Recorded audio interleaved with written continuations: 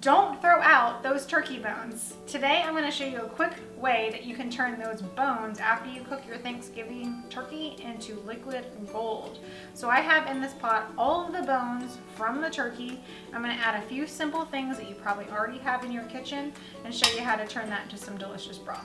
So the first thing I'm going to do is add some carrots, some celery, and some onions. So I just have some whole carrots. I'm going to break them in half.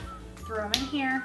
I actually have some celery tops from celery that I used from something else when I cooked before, so those will be fine too. If you have whole celery, that will work great. So I'm going to throw that in here.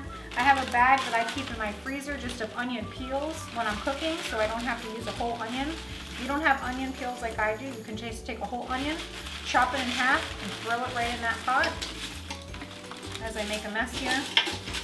And then I'm going to add a little bit of salt and pepper. There's a lot of bones in here. Usually I do about like 3/4 of a tablespoon, a heavy half tablespoon. I'm going to do 2, maybe 1.5 tablespoons, almost 2 tablespoons of salt because it's a lot of bones.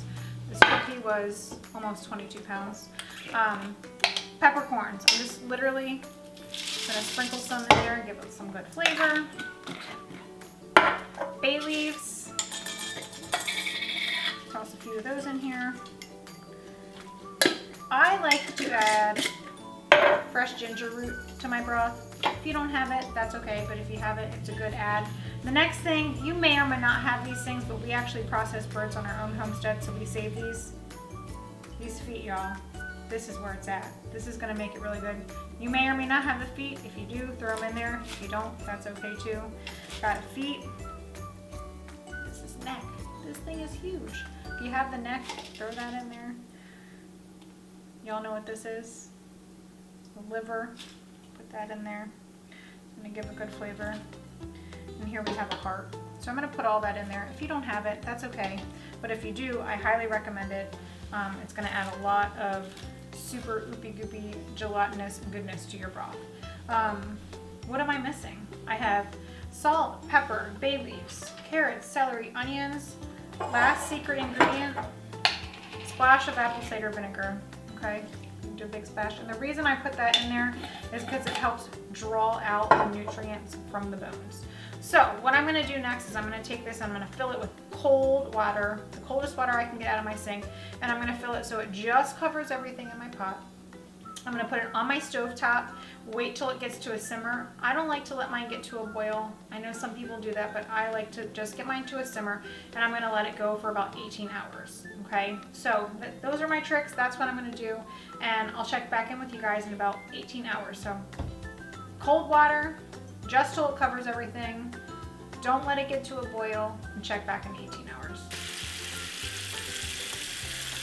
Hey guys, broth is done. It's been simmering for well over 18 hours. I'm gonna try to get everything from this pot strained out into here and then into my jars. I'm not used to using this big of a pot, so this might be a bit of an adventure, but here we go. You can use it for soups, you can use it for cooking with. I plan on using this actually for my Thanksgiving stuffing and some other things. You guys, we got 1.5 gallons and then another half pint out of what some people would call garbage. So don't throw those bones away. Make this delicious broth, turn it into a soup, nourish your body, and you're gonna love it. This is what's left after we strain the broth. So what started out as something that would have been garbage for some people, the bones they would have thrown away, we turned it into broth that we can use for soups and cooking. Now we're gonna take this, which some people might think is garbage, and give it to our chickens. They're gonna eat it up, they're gonna turn it into eggs, and then they're gonna turn it into some beautiful compost too. You guys, if you wanna learn a little bit more about broth, we have another video about the difference between meat broth and bone broth. Check it out. So if you want some more information about broth, we have another video about meat burp. So if you guys want to learn a little bit more about how we do broth in our house, we have another video down here about the difference between meat broth. You say down in the description. Down in the description. Or up in the tags. Listen, guys, if you want to know a little bit more about broth, we also have another video about the difference between meat broth and This is great.